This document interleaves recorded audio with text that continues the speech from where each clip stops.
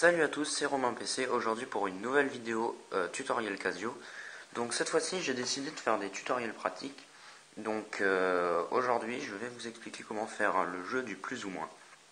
Alors petits avant-propos, n'hésitez pas dans les commentaires à poster des idées de petits programmes, de petits jeux que je pourrais, dont je pourrais vous expliquer comment ils fonctionnent, ou alors par exemple quelque chose en particulier comme comment faire un inventaire, comment faire une jauge de vie pour faire des jeux plus volumineux.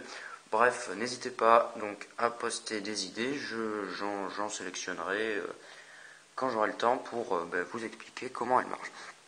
Donc aujourd'hui, pour faire simple, je vais vous expliquer comment faire un plus ou moins. Donc un plus ou moins, qu'est-ce que c'est?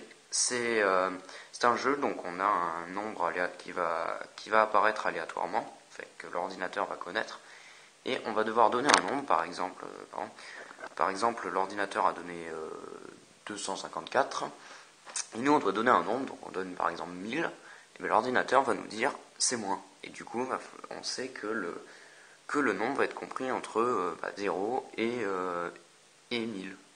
Donc s'il est plus petit que 1000.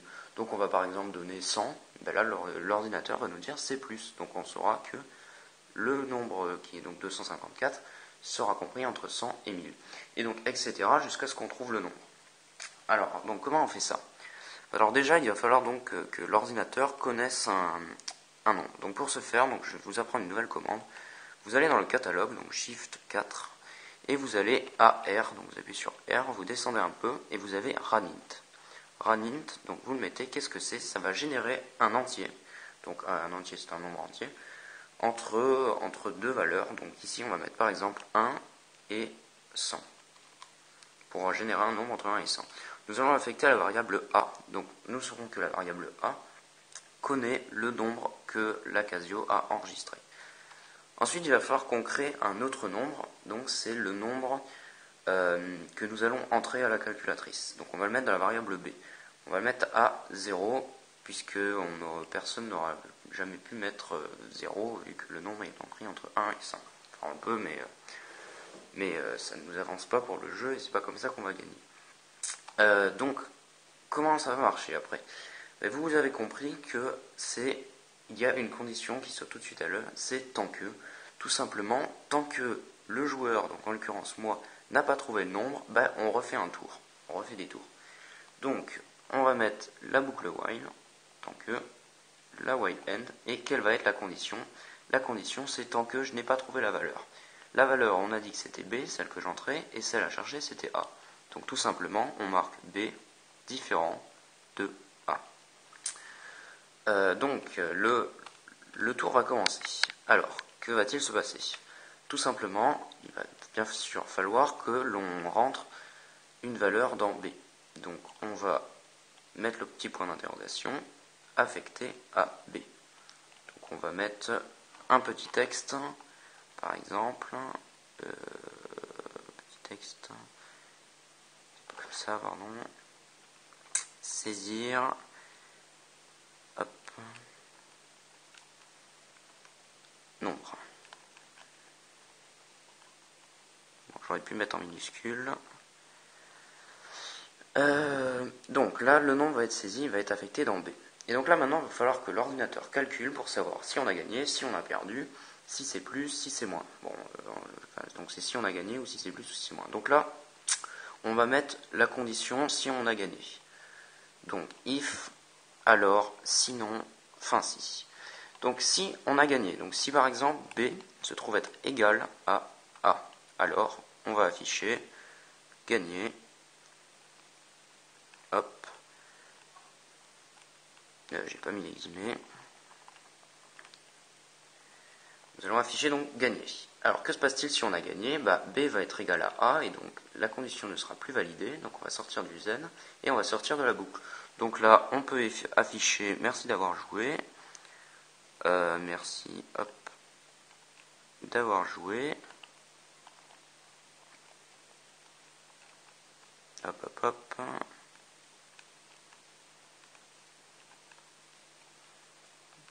voilà. Et donc, pour dire qu'on met une pause au programme, on va mettre le petit triangle.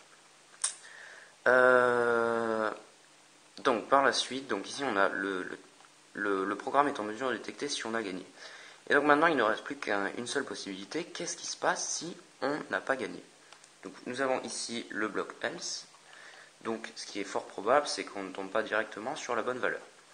Donc là il nous reste deux cas de figure, soit B, la valeur qu'on a entrée, est strictement supérieure à A, soit elle est strictement inférieure, elle ne peut pas être égale, vu que dans ce cas là on sera allé dans le bloc Z. Donc du coup, comme on n'a que deux possibilités, on va mettre un if, un then, un else et un if end. On va commencer par la possibilité, par exemple, si B se trouve être strictement inférieur à A. Alors que se passe-t-il? Eh bien, on va demander au programme d'afficher que le nombre recherché est plus grand.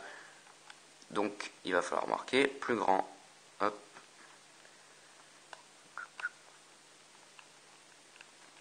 Plus grand. Par la suite, alors je ne mets pas de petit triangle par contre, tout simplement parce qu'un point d'interrogation comme celui-ci va déjà faire une pause dans le programme au tour d'après. Donc je ne le mets pas ici, sinon il faudra tout le temps appuyer sur exe, c'est un peu long. Et donc pour le bloc else, alors si B est strictement inférieur à A, on dit que c'est plus grand, donc B on doit mettre une valeur plus grande. Et dans l'autre cas de figure, c'est donc si B est supérieur à A. Et donc dans ce cas-là, il faut afficher plus petit, vu qu'on a mis une valeur trop grande. Donc on marque plus petit. Hop. Plus petit. Et donc là, le programme, normalement, est fonctionnel. Donc j'appuie, je le lance. Saisir un nombre, donc on va mettre 50, parce qu'on va jouer stratégique. Et là, il me dit plus petit. Saisir un nombre, donc je vais mettre 25. Il me dit plus petit, donc ça veut dire que maintenant c'est compris entre 1 et 25. Donc on va mettre 10, ou 13. C'est toujours plus petit, donc je vais mettre 7, par exemple. Toujours plus petit.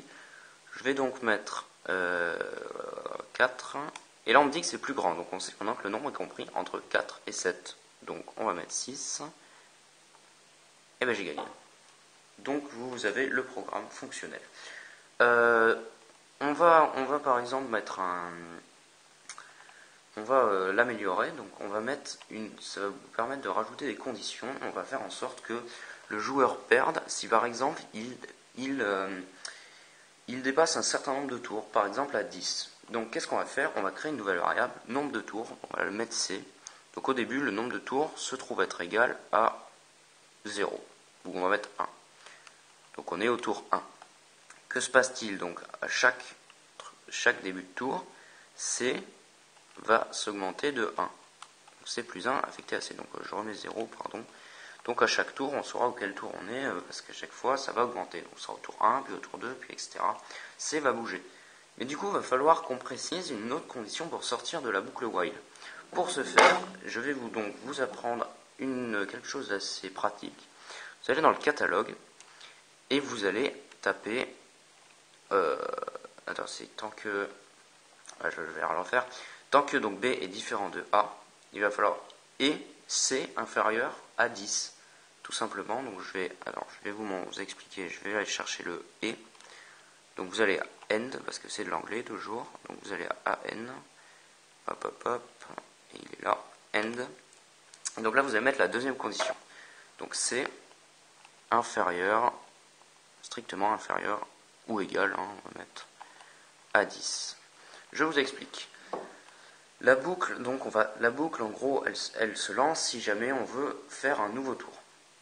Là, donc, on avait la première condition qui fonctionne. Tant que la valeur qu'on a entrée est différente de la valeur recherchée, on relance un nouveau tour.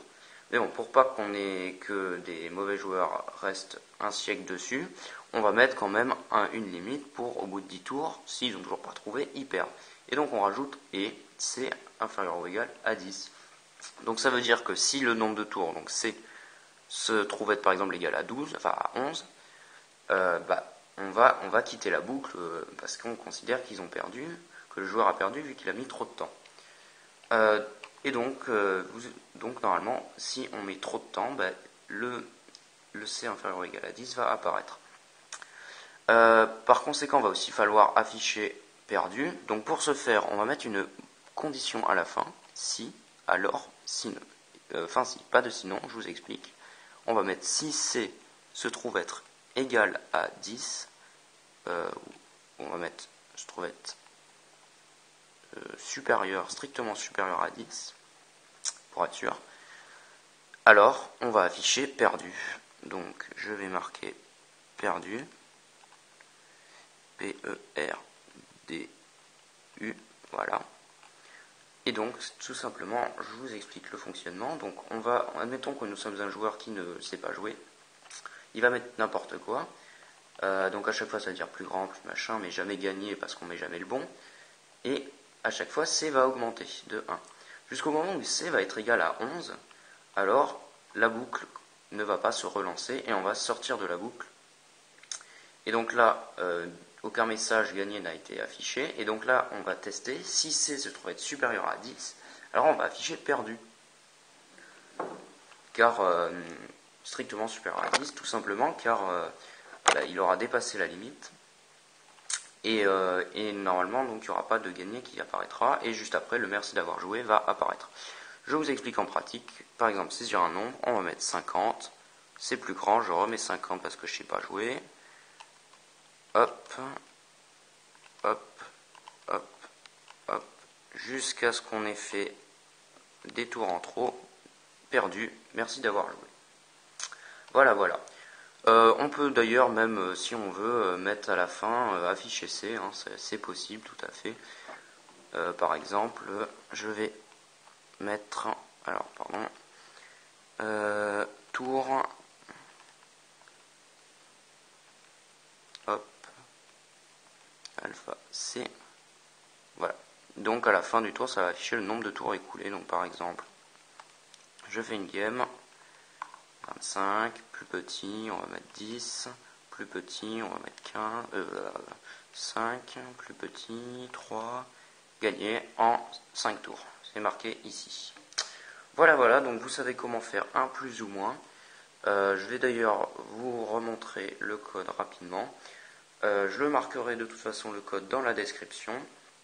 Et donc n'hésitez pas, je vous le rappelle, à poster des idées de petits programmes dont je pourrais expliquer dans les commentaires. Et pour une prochaine vidéo. Voilà, voilà, salut la compagnie.